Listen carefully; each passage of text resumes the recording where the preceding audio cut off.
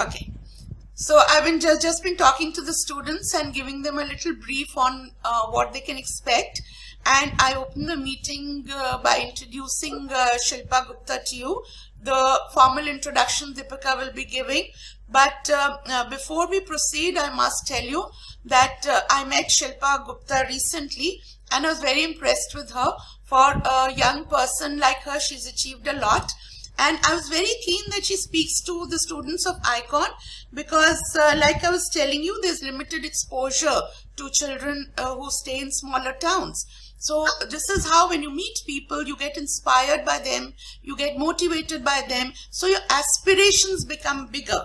So that is why we invite guests who have worked in different fields which you are not so familiar with, at least the intricacies of those professions. So with this, I welcome Shilpa Gupta and I hand over to Deepika to introduce her and we carry forward. Thank you. A very good morning to everybody, all the students, guests, Rana ma'am, teachers, any parents, welcome everybody. So the guest we have today, no matter what I say, is not going to be enough.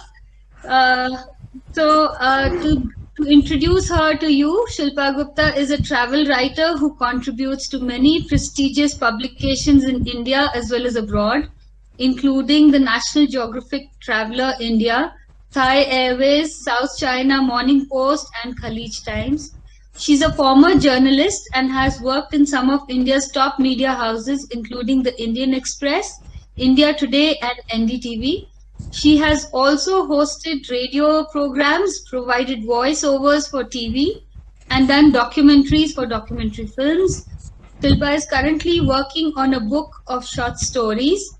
Her first book was a travel anthology by top travel writers from around the world.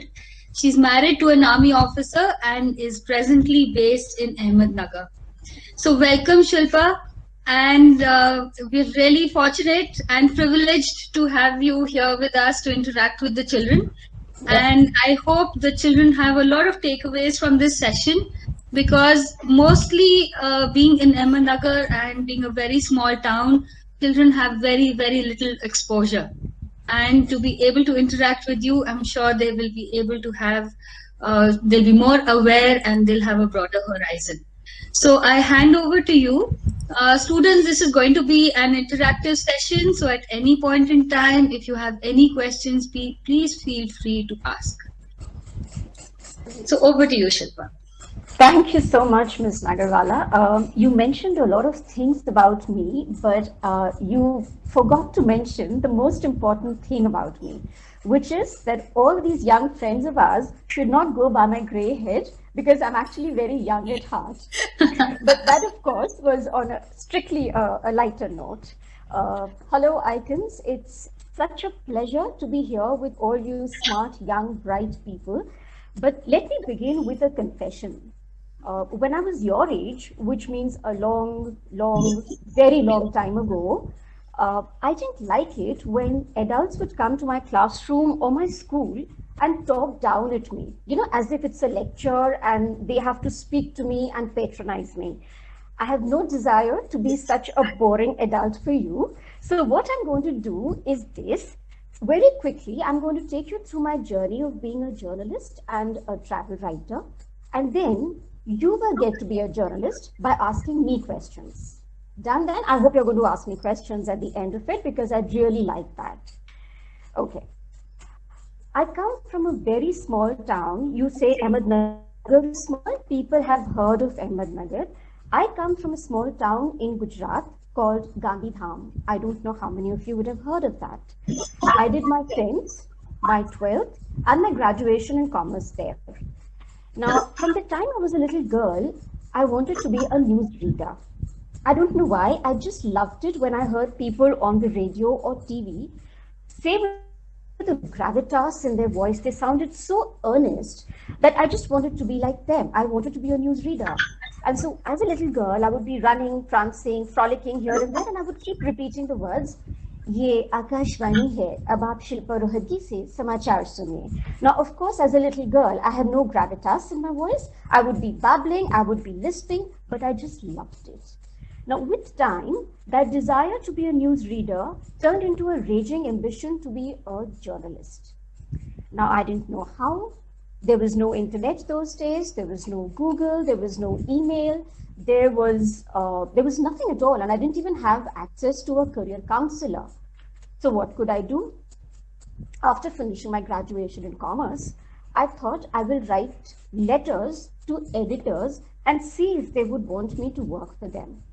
Now, as I said, there was no internet those days, so I would open this most important, most prestigious news magazine of the time. I would open newspapers, look at the relevant names, addresses, and then I shot off 3 letters. One to the editor of India Today, very ambitious, yes, I was, and one to the editor, Times of India, Delhi, and the third letter to the Times of India editor in Ahmedabad. In my head, I was thinking, I'm a university rank holder, I'm a National Merit Scholarship holder, I'm a district topper, and I have what I fancied to be a well-rounded personality. So I said, of course, any media house would be more than happy. It would be their honor to have someone like me. Guess what? Not one of them responded to my letter. And here comes the first lesson of life for me, and it should be a lesson for you too.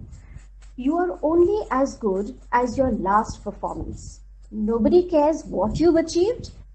At every level, you have to prove yourself. Even if you don't want to prove yourself to the world, if there is anything that you have to do, you have to constantly try and improve yourself, grow, soar higher. And that is how it works.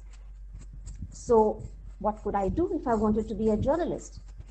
I decided to study journalism. Now, did I absolutely have to study journalism to become a journalist? Absolutely not. Could I have become a journalist with evidence? Of course. It also helps you understand that everything that you put out there has to be verified. Because the most important thing in journalism, and don't go by all this fake news stuff that you get to see or hear about these days, the cornerstone of journalism is that everything should be authentic. So any self-honoring, any self-respecting journalist will make sure that whatever he or she puts out is verified, whether it's in terms of the spelling of the name, whether in terms of the quote, whether in terms of any facts. Everything has to be verified. And when you study journalism, these are the kinds of things that you understand. Now, while doing my master's, I've got my notes written here. So if you see me referring to them now and then, you please know that I didn't want to waste your time and just babble. So here I've got a few things written down. When I was doing my master's, it was a 2-year master's degree program in communications.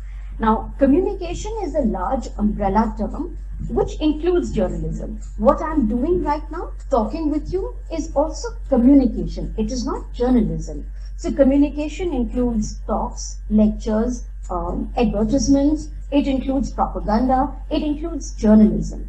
So communication, small part, is journalism, but journalism per se is not communication. So I went to Ahmedabad and I pursued my master's in communication. Now, as part of the degree requirement, I had to undergo internships of different kinds, different periodicity. My longest internship was with print because, remember, I want to be a journalist, and print was the only medium available at that time, though television was coming in, but it wasn't as popular as it is now. So I did an internship with All India Radio. I did a very tiny internship with dancer Malika Sarabhai's production house. And then I did a 6-week internship with Indian Express in Ahmedabad. It was actually a 45-day thing. And in those 45 days, I didn't take a single day's leave. There was no Sunday, there was no holiday. I was working from 10 in the morning till 12 at night, unpaid. And here comes your second lesson of journalism. And Asian Age was just launching in Ahmedabad and it didn't have a pan-India presence. So that is why my decision to opt for Indian Express. When you start out, like when I started out in the Indian Express, you get to do everything and yet you get to do nothing. What do I mean by that? Every reporter has what is called a beat. A beat is your subject area. So you have political reporters. Politics is a beat. Now within politics also, there is a reporter who might be covering the BJP, another one covering the Congress, another one covering the LDF. So each person's beat becomes that particular party. Apart from political beats, of course, you have environment, you have food, entertainment, law, all these different things are beats. When you start out, you're not given a beat. What you have to do is assist any reporter who might want you to do something as mundane and as basic as, I've just given a print order on my laptop, on my desktop. Please go and collect the paper. You run and you get it, and you don't say that this is not my job. This is your job and you will do it. Also, there might be reporters from any beat who will come and tell you, you're not doing anything? Okay, I'm doing this story and I need your help with research. So you sit down and you thought, okay, one day I'm going to put stories out there, and what are you doing? You're just looking at stories done by other people and you're culling out facts. That's also part of your job, because eventually as a journalist, when you do a story which is important, you need background. You need to know what is important, what is the thing that you really need to highlight in the story that you're doing. What's the backstory that you're going to pull out and put in there? I hope that's clear. So when I started out, I was actually on the desk. Desk people are who? They are the ones who rewrite stories, who are the ones who make the page. So, when you start out, you don't have the responsibility of making pages. What they tell you is, oh, there is this agency story, and there are agencies in India like the Press Trust of India or the ANI, Associated News of India, or foreign press agencies like Reuters, like AFP, Agence France Presse. So you have those agencies which put stories. They have, and you have your organization, whichever publication or organization you're working on with, has a connection with them. So you get to see all these stories. And then you may read them, but whether that story is actually going to go into your paper that day, only the chief reporter, the news editor, those are the people who get to decide. So sometimes you may be sitting going through a story and wondering, when am I going to do something more serious in life? And suddenly your copy editor will come and tell you, at 1556, there was a 200-word story on, say, Ahmednagar, the Maharajas of, the Nawabs of Ahmednagar. So you go at 1556, which was the story, and then they might tell you, I don't want it in that language, change it and make it 150. So you sit and do that. As a newbie, when you start out, that is what you do. Now, in newspapers, the whole day is spent reporting. In the evening, all the reporters come, they file their stories, and that's when the desk people take over.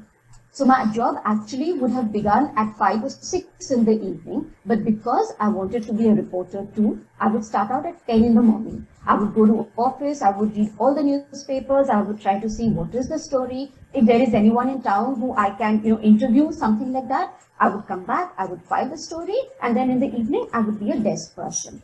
Now, since I wanted to be a reporter, my editor made me do all kinds of things. I wasn't assigned a beat.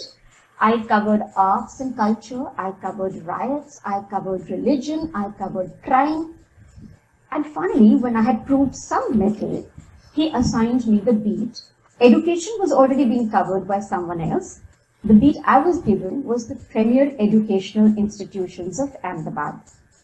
This was quite prestigious because if you see, Ahmedabad has a lot of these elite institutions. Indian Institute of Management, there is National Institute of Design, there is Mudra Institute of Communications, there is NIFT, there is the Alliance. I was responsible for covering all of this. What was expected of us? A lot. A lot is expected of you. Every morning we had to read practically every single newspaper that we could lay our hands on. We had to be clued up on every single development happening not only in our beat, but in our city, in our country, in our world, because sometimes there would be something happening in, say, Australia. And we would say, okay, how can we bring that into India's context? What if something similar were to happen in India? Now, if you have to write an informed piece on that, you should know what is the background of what was happening in Australia and what is the scenario in India or a particular region of India is like. So, which is why you have to be always clued up. third thing, you have to cultivate contacts. You have to get to know the right kind of people. If something happens, they will call you and say, I'm not talking to any other reporter. I'm telling you, this is your exclusive story. So this is what you have to do, cultivate contacts. And of course, we always had to be one up on our competitor. If they did a story and we didn't, we really were blasted by the editor. And it was not pretty, because in front of everyone in the morning meeting, he would abuse you. And when they abuse, they don't look whether you're a woman or you're a man. You are a person. This is your job, which you didn't do, and this is why you need to pull up your socks and do better next time. It shouldn't happen. So lesson number 3, which you need to know, is that, a lot of times when you ask someone, why do you want to be a journalist? Because I write well. Lesson here is, a good writer does not necessarily make a good journalist, and a good journalist does not have to be a good writer. We had reporters, sorry about that, who would come in the evening and find something. They were very good reporters. They got every single fact. They got the most exclusive stories for the Indian Express. But they couldn't string 2 words of English together. Sometimes when they would quickly file something, that is write down a story, we would have to ask them, please bhaiya yahan aake baitho, likha kya hai, bolna kya chahte ho? And then when they would explain to us that this is what it was, we would rewrite the whole thing. So don't be under the assumption that because you're a good writer, you will be a good journalist. That's not necessarily true. So after working with the Indian Express for a couple of years, I believe they thought that I had done a good job and I needed to move out of a smaller center like Ahmedabad. So the bosses in Delhi moved me to the epicenter of news, which was the national capital, and I went to Delhi. After working with the Indian Express Delhi for a few months, I moved to India Today. The same editor who had not responded to my letter was now very happy to have me on board. I worked in India Today for I think almost 5 years, 4.5 years, and I slowly was climbing up the ladder. And then I quit because television was doing phenomenally well, and I thought, okay, I want to get into television myself, and I joined NDTV. Within 1 month, I was back in print. The reason is, amongst other reasons, is that I am a person of word. I like writing. And television as a medium is all about instant gratification. So if there is a package, it's called a package, where there is the visuals of what is happening. There is a P2C where the reporter has his piece to the camera and he talks to you and says, मैं यहाँ खड़ा हूँ और ये हो रहा है. That is the piece to camera. Then you have a sound bite, which is a quote from a person who is directly involved in it. All of this put together shouldn't be more than 2.5, 3 minutes. You can imagine how quickly and how you have to rush through things, whereas I'm someone who likes to savor things, put it in context, run it slowly, and then finally come to it. Don't bounce into the story straight away. So television was not for me, and I went back to print. But this time, instead of going for a news organization, there is a magazine called Marie Claire, which is headquartered in France. And at that time, it had more than 25 or 26 editions all over the world. And India was going to be the 27th edition. I joined them as part of the launch team. After the editor, I was the one to be recruited. And I had been recruited, I joined Marie Claire India as the features editor, which means whatever feature stories go in it. There were 3 sections to the magazine: beauty, fashion, and features. I was responsible for features. When the entire team was constituted, I must tell you that as part of the launch team, what you do is you get to set the tone and tenor of the magazine. You decide what kind of stories are going to go into this magazine, what it is going to look like, stylistically, what it is going to be like. So that is the responsibility of the launch team. When the entire team had been constituted, which means the correspondents, the respective editors, the photo team, the design and art team, we had our first team meeting to introduce ourselves. And I still remember, and I say this with a great sense of accomplishment, that at that meeting, I had recalled my first interview with my prospective boss at the Indian Express. Icons, there is a question that in our time was one of the mandatory questions in a job interview, which is, where do you see yourself X years down the line?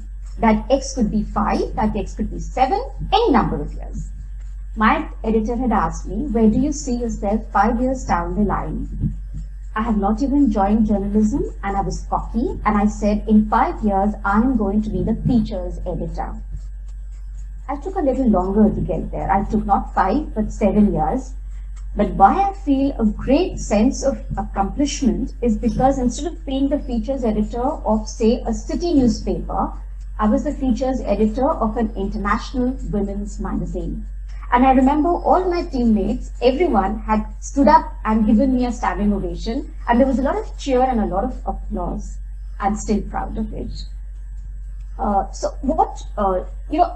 a year of being features editor, I was promoted to deputy editor, which was the number 2. So remember, when I started out in journalism, I was a trainee sub-editor, which is the lowest rung of the ladder. And then in Marie Claire India, I became deputy editor, which is the number 2 of the organization. So yes, I did climb up the ladder. Now, what was expected of me as deputy editor? Apart from looking at the functioning of the overall magazine, and I'm not talking about the administrative part of it, I'm talking about the content part of it. I had to look at things like what stories will go each month, whether we want to go with a theme for the month, what the cover is going to look like, who is going to be on our cover. I had to interact with all the freelancers, commission stories to them. I had to get in touch with photographers because if you wanted photo stories and photo essays, I had to commission them. I had to look at their payment issues. I had to prepare a story bank because if some month we have slotted a story and for some reason at the last minute it does not work out, we have something to fall back on. So we had to do that. And I was lucky because I also got to do a lot of very good stories in that time. My best period was in Marie Claire India. I got to travel a lot. Apart from interviewing all these celebrities like the musicians and everyone, I got to meet a lot of film stars and I did cover stories on Kangana Ranaut. I met Tabu, did an interview of hers. I met Sanjay Dutt, Salman Khan, and I also did a lot of solid stories. When I say solid, meeting celebrities, it is okay. It's fine. You ask them questions. But if you really want to know the truth about what India is really about, you go to the ground, you go to the hinterland, and I got to do that. I got to do stories on women inmates of Tihar jail. I got to do stories on drugs and Indian women, on polyandry. Polyandry is when one woman is married to a lot of brothers in the same family. That's called polyandry. And that system, like the Draupadi and the 5 Pandav brothers, is still existent in Uttarakhand, in a small part of Uttarakhand. I did stories on Jain Sadhvis. So it was a very fulfilling time. But after 10 years, I think all the hard work and the late hours were taking a toll. And then I had already got married to a Fauji. So I said, I do not want to be stationed in one place and be in Delhi while my husband is traveling all over or he's away from me. So I decided to quit active journalism. What were my high points as a journalist? There are quite a few. I of course met some very admirable people who I interviewed them, but the one who I really count as the one up there, and Mrs. Rana knows this, is Field Marshal Sam Manekshaw. The other achievement, which was a high point for me, was when the then Prime Minister, Shri Atal Bihari Vajpayee, on International Women's Day, he had decided to invite a few women journalists in Delhi to his house for high tea, and I was one of them.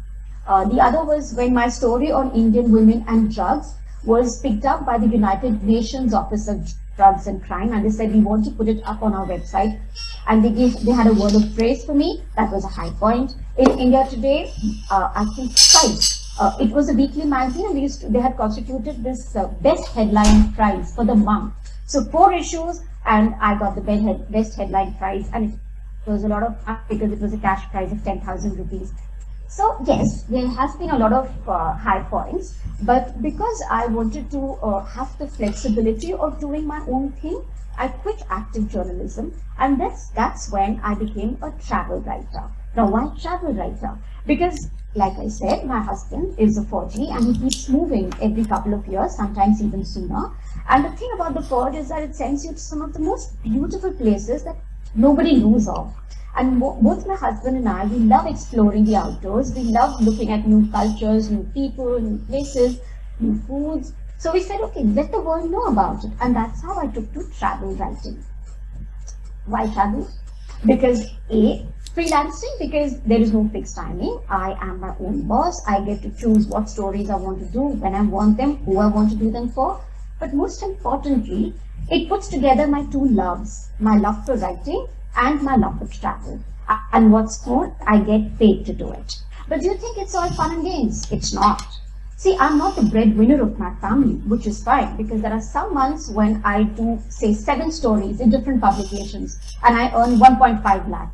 And there are months on end, like for the last few years, because I write mostly travel, I've not been traveling, which means no writing. Also, I write a lot for in-flight magazines. Flights have been grounded, so they're nothing. So the last year or so, I've hardly earned anything, which is fine. So that is something that you have to be willing to do. Finding opportunities is not easy. Sometimes, you have to face a lot of rejections and disappointments because you pitch a story with a lot of excitement and the editor says, we did it 3 years ago, not interested. It's fine. Here I will come to my 4th lesson for you and me, which is that writing is very subjective. What one person likes, the other person might completely trash. It's absolutely fine and be prepared for it. Don't take it too hard. Just because one person says, I didn't go beyond the first line, it's absolutely fine because someone else will say, I read your entire story 3 times, it was so good. So please be prepared for that. Was I happy to be a journalist? Let me tell you, with every bit of honesty that I have in my body, that nothing else could have given me greater satisfaction or gratification. And why not? See, I got to travel a lot.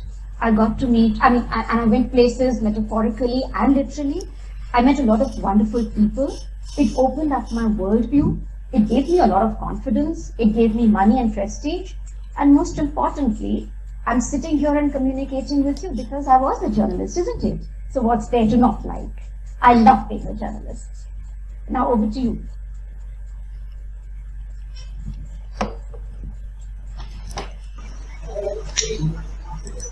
Thank you, Shilpa. That was such a wonderful story. And I'm sure the children have a lot to, because I think as children, they have these preconceived notions about journalism because they watch so much TV, so they think they're going to be stuck in a war zone reporting and running from pillar to post. So I'm sure you cleared a lot of those opinions.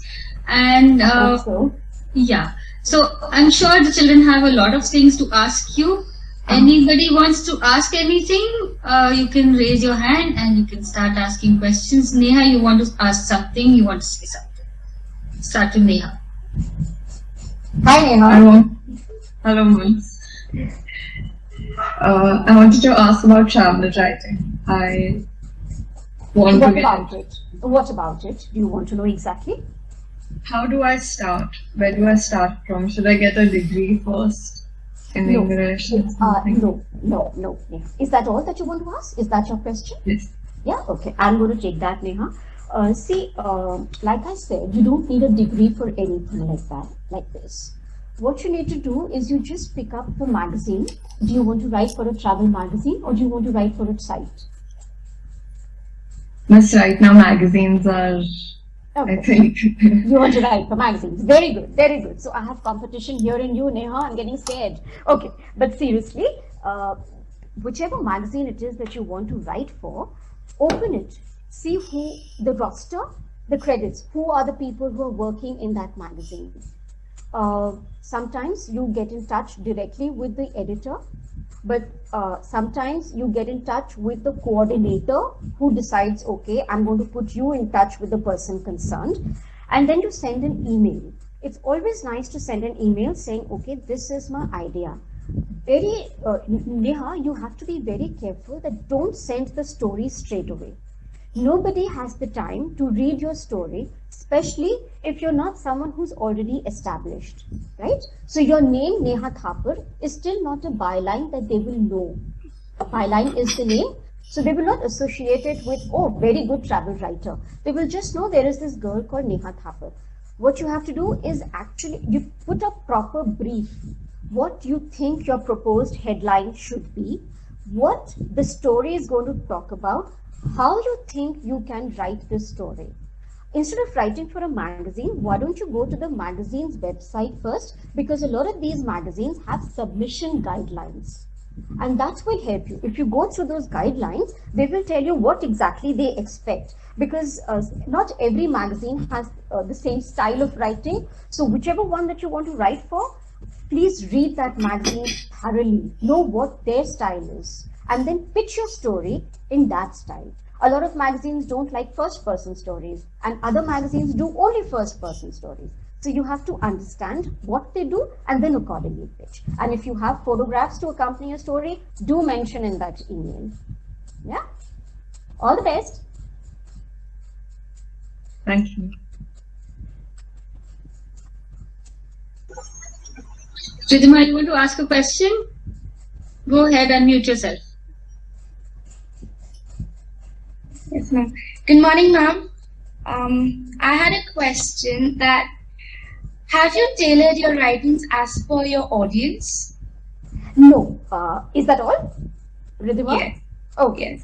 Yes. No, it's not the audience, but it is the audience of the publication that I write for. Like I was just telling Neha, that every magazine, every publication has its own style of doing things.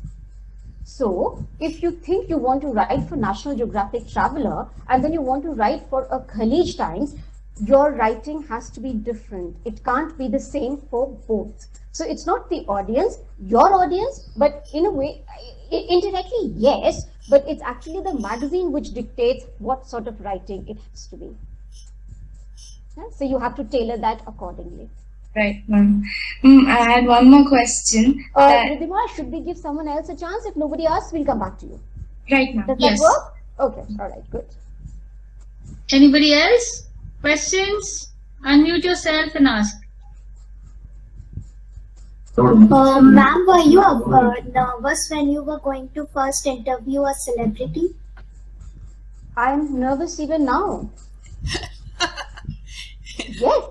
Yes. I have always been nervous, and I think it's a good thing because then you're not overconfident and then you're more careful in what you're doing and how you're doing. It's all right if you're nervous. I always am.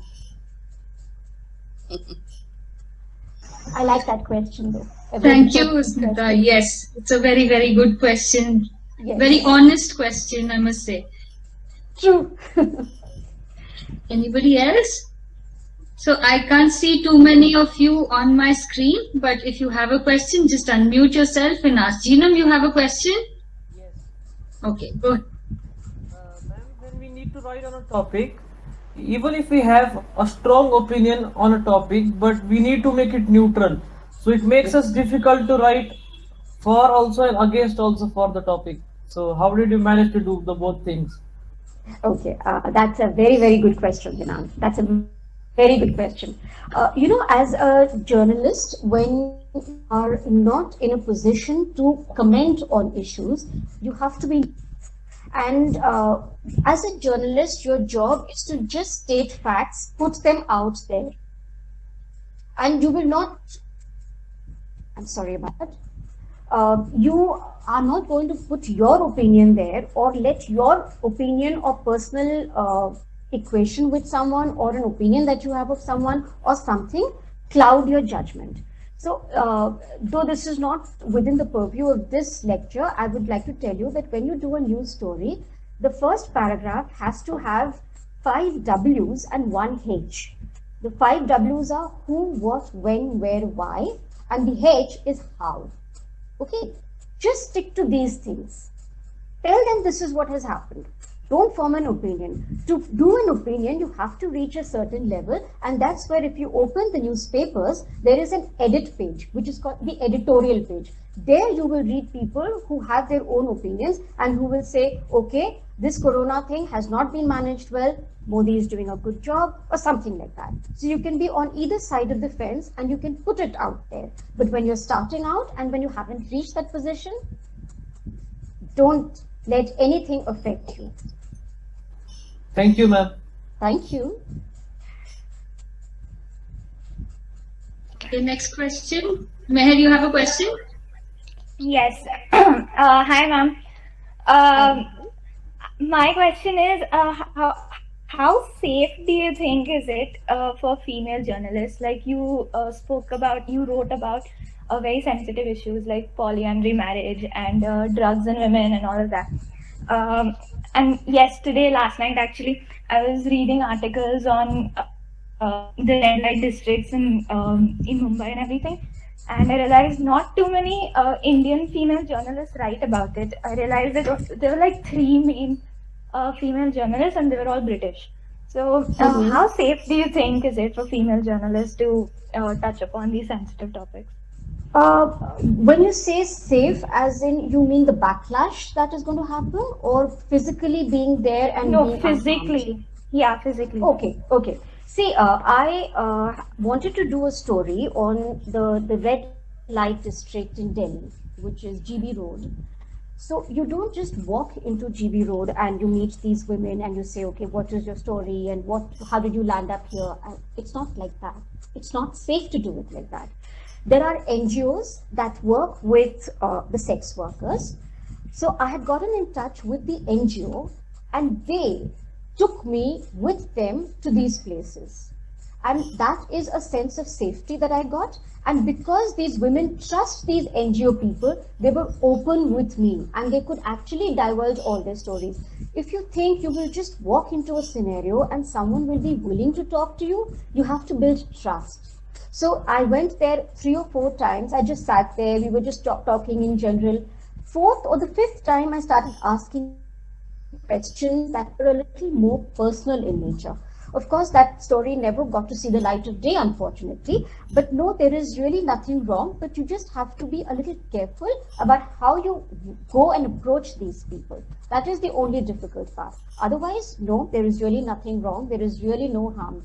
You have to be very careful when you go there, of course. Be alert, keep your senses all on alert, and you will be fine. Okay, thank you. I hope that answers your question, Meher. Yes.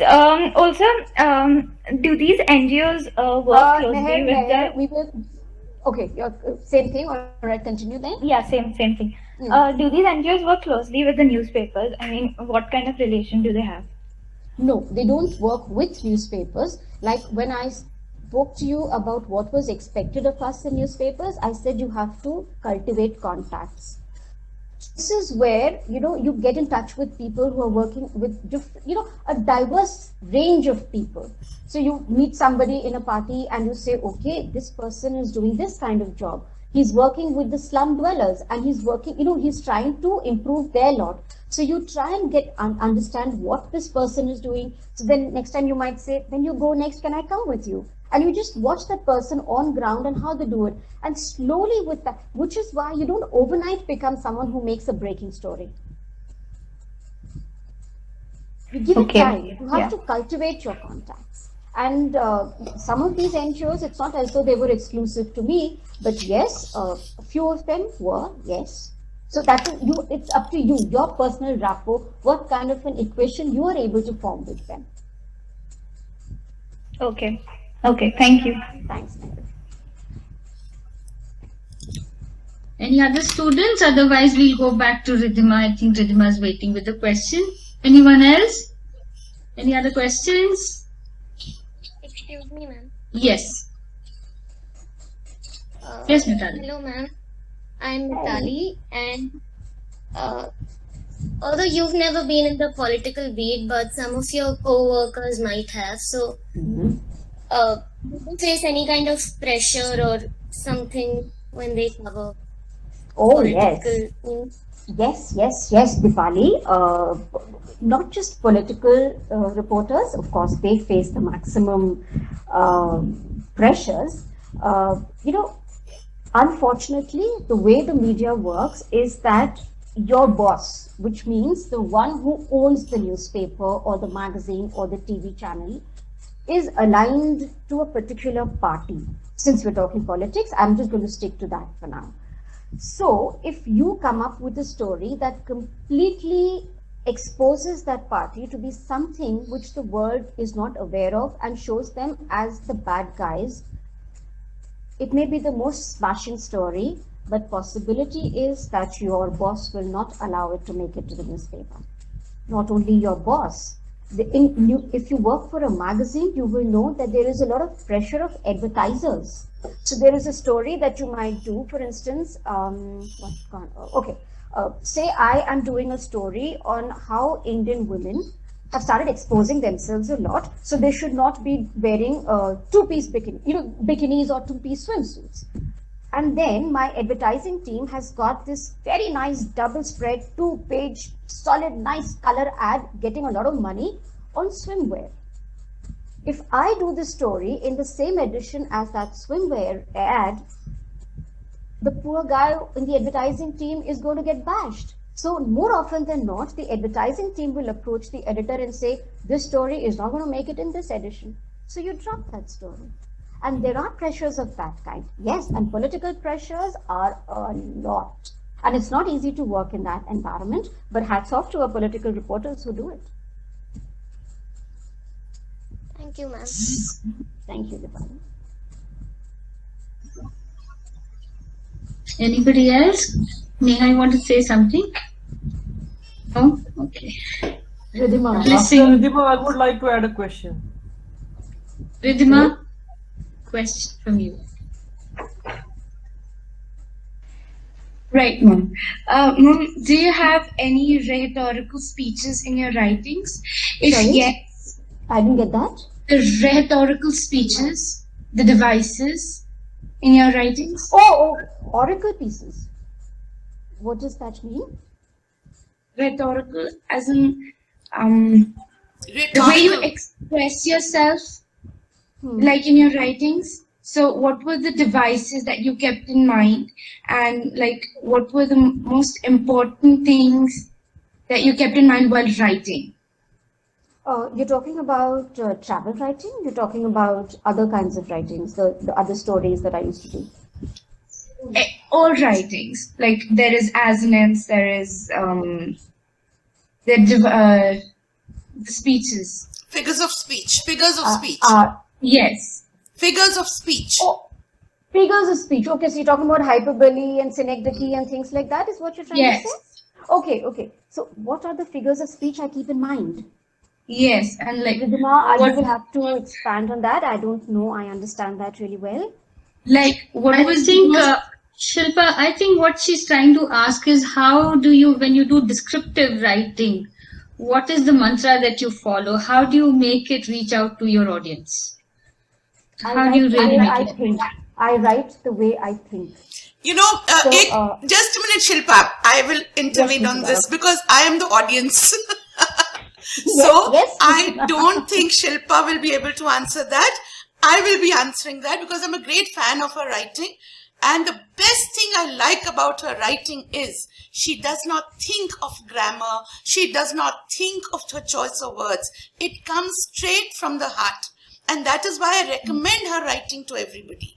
And that I tell you also, it is not the complex language that makes a writing. It is the essence of the thing. And this is why I'm a fan of hers. Thank you, Mrs. Rana. Thank you. No, but there is one thing that I must add here, Mrs. Rana, if I may please. Yeah. You said she doesn't think of grammar. No, I do think of grammar. No, not consciously. I know what you mean. Not Yes, consciously. I know. See, she doesn't sit and think, okay, I'll use metaphor here, simile here. It just whatever comes to her. And because you have a good vocabulary, she's so well read, has that exposure, all this comes naturally. You don't have to think of these things. So that is why reading is very important, isn't it, Shilpa? Yes.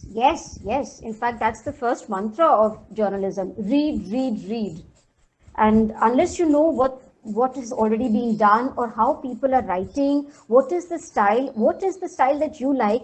I'm not going to take names, but there was a very senior person in India today, and he used to cover literature, so book reviews and book author interviews and all that. He used to do with everyone the world over, Nobel laureates and everyone. The kind of language that he used was so difficult that you would read 3 lines and you would say, where's the dictionary? I need to know the meaning of this word, because unless I know what he's trying to say here, I can't proceed. So, and that just takes the joy away from reading, which is why, in the beginning of my career, was I also guilty of trying to look up thesaurus and say, which is a better, nicer, bigger word? Yes, I was. And I realized with time that that is not good writing necessarily. So desist from going for big bombastic words which sound really nice. Stick to being simple, and that will touch a chord. Ridhima, is that what your question was? And does this answer it? Yes. convincingly? Okay. Yes. Thank you. Mom, I wanted to ask that you had lot of problems in your life that the people, they used to sometimes discourage you that this is not the writing we want.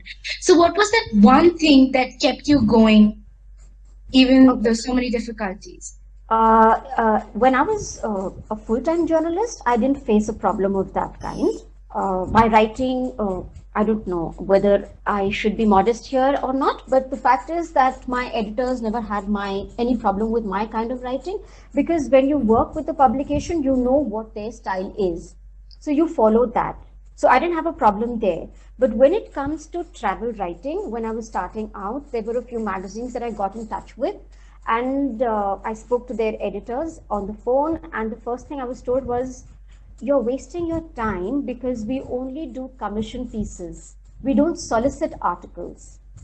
So what does that mean? That was quite disappointing to me, but I understand where they're coming from, because they are of a certain stature and they can only rely upon a certain set of journalists and not other writers. So I have to build my resume and bring it up to stack for them, so that tomorrow or 10 years down the line, they might just come and say, Shilpa Gupta, will you please go to this place and do this story for us? So it's for me to build myself up to that level. Other than that, no, I never had a problem with writing. But yes, there are times when something I wrote was rewritten. For instance, the first piece, not the first, but in the 3rd or the 4th month, there was a piece that I had done on the riots in Ahmedabad. This is not the 2001 riots. This was 1999, and there was a riot in the walled city area. And I had to go and speak to the families, and I couldn't bring enough pathos into it, apparently, because the person on the desk who rewrote it made it very dramatic. Did I agree with it? I did not. I did not want it like that, with my name going with that story. But when you are that young and when you are just starting out, you're in no position to say, that is not how I wrote it, please revert to the original. So you learn to live with that. Sometimes you have to compromise. Yeah. Right, Mom. Thank you so much, Mom. Thanks, Ridhima, for those questions. Excuse me, ma'am. Yes, Yes, yes. Gina. Ma'am, you also worked with NDTV, and you did a lot of interviews on television and on radios also. Ma'am, I'm sorry to butt in, but I didn't do interviews for radio and television. NDTV, I was still in my training period, and I was still trying to understand how film editing is done when I decided this is not what I want to do. So I had Okay. quit. I was not on TV for that now. Okay, but being a journalist, you have to speak or you have to write. But when I speak and write, I may hurt sentiments of other people also. But a job of a journalist has to be that he has to write for both, that no one will get hurt, and you have to present your point. So how did you manage to do that? This follows a little bit from a previous question. Someone had asked about political pressures or about biases that come in. You had asked about bias, right? Yeah, Gina? I asked about Yes. biasness, That- and one yes. had asked about political pressure. Yes, so you asked about bias. Now, even here, this is of course not bias. This is about sensitivity or offensiveness. You have to tone it down. Okay, without putting words in someone else's mouth. Say, I've done an interview with you, and you said, "Ma'am, I didn't find your talk very good. Now, if I'm going to report that, or if I'm going to talk to someone else, I will not say Jinam said I hated it and it was a waste of my 1 hour with you. All I will say is Jinam said that it could have been better. So see, I am trying to say the same thing, that he didn't like it, but I'm just trying to change the tone a little bit. Yeah, and here when I say Jinam didn't like it, it will not be a direct quote attributed to Jinam, because then that will be a lie. Jinam's exact words were, I thought that 1 hour was a waste of time. Okay, so if I'm going to change a little bit and make it a little less offensive, then I have to make sure that I don't attribute the quote to you. I don't put it within quotation marks. Yeah? Okay. Yes, thank you. Thank you. So any other questions? We've, I think, already finished about an hour, and it just seems like a few minutes, because we can just keep listening to you. You have so much to share, and we have so much to learn from you. There's so much they have to ask, which is so nice. So any other questions? Ma'am, I have a question. Yes, How do you change from writing in different genres? In different genres. Yes. I mean, if I'm writing a fiction, but I want to change to, suppose, social topics, how do I change my way of writing? Okay. Mrs. Rana is witness to this. She will bear me out that I don't do fiction writing at all. So yes, then it just becomes a matter of who you're writing for and how you want to write it. But I don't do fiction. I've only done factual kind of writing. So even the short stories that I'm doing, it's not fictional short stories. It's factual short stories. Okay, no, I mean, just an example. I mean, not Yeah. exactly fiction, but how do I change from different genres? I mean, how do I get out of my comfort zone? Okay. So what is your comfort zone, Meher? If you have one. I write about social topics mostly. Okay. And what would be something that would make you uncomfortable? If you could give me just example. Fiction. Not a topic, it's fiction. Yeah. So then maybe I'm the wrong person to answer this, but I will still try and say whatever I have been able to experience in all these years. When you write on social topics, you must be formulating a few things in your mind about what are the things that you want to highlight in that. Am I right?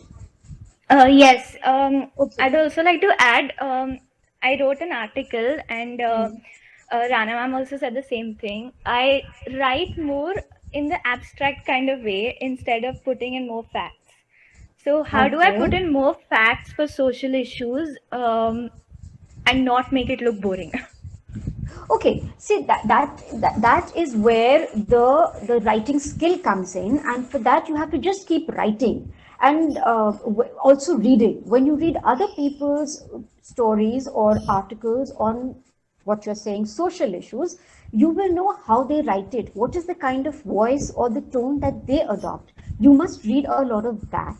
Now, coming back to what you have been writing, go back to what all you have written, especially the ones that Mrs. Rana has already read, and she said it's a little abstract, you need to put in more facts. So say if you're going to write something about the dog menace in society, or something in your area, or whatever the topic might be, why are you writing about it?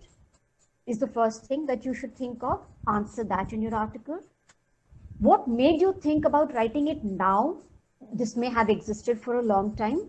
Is there a context that you can put into it? How did you get into the story now? Those are the kinds of things that you have to put in. And say if you want to say India's population is so much, put it in context of, oh, India's population is so many countries put together. So you're not quoting a figure there, but you're just making it a comparative thing, and nobody says, oh, this has only facts, facts, facts. So you have to try and find ways to make it a little more interesting, for want of a better word. Instead of making it bland with just too many facts, and don't try to put every single fact that you have learned in one para. Space it out. Otherwise, it becomes too heavy. Okay. Try that again. Okay, thank you. Okay, Meher. Excuse me, ma'am. Yes. Ma'am, you have worked in. Yes, Taha, carry on. Ma'am, you have. Yes, ma'am. Ma'am, you have worked in National Geographic. So, which work you did in that? I didn't work with National Geographic Traveler. I have been writing articles for National Geographic Traveler because I'm a freelancer. I can write for anybody. So I had suggested a couple of ideas to them, and that's when they had said, okay, do it. I don't work for National Geographic. Yeah, Taha? Yes, ma'am. So, any other questions? Otherwise, we'll call the meeting to a close. I have a question, Shilpa. Yes, Mrs. Rana. And you're tell going me, to put me on the mat here. I know you're going to make me uncomfortable. No. Very, I mean, actually, one of the questions I expected from the children, but still it hasn't come. But in any case, tell me, what makes a breaking story? Would you know that, this is going to make a breaking story, or is it just a chance that it just turns out to be a success story? It is more often than not about being in the right place at the right time. Right time, yeah. And you get to know that something like this has happened. When I was in Delhi and I was working there, there were so many times where I was very close to that place, a bomb would go off. There would be a bomb blast. And I wasn't quick enough, or because it was not my beat, I would just call up someone in office and say, there has been something like this here. And somebody would put it there and say, breaking news, bomb blast. So it's just, and I don't get the credit for it, which is absolutely fine. When you work for an organization, they get the credit for it. But I have seen in television channels that breaking news are not really breaking news. Yeah, that's what I wanted. Because it's already in public domain in some form or the other.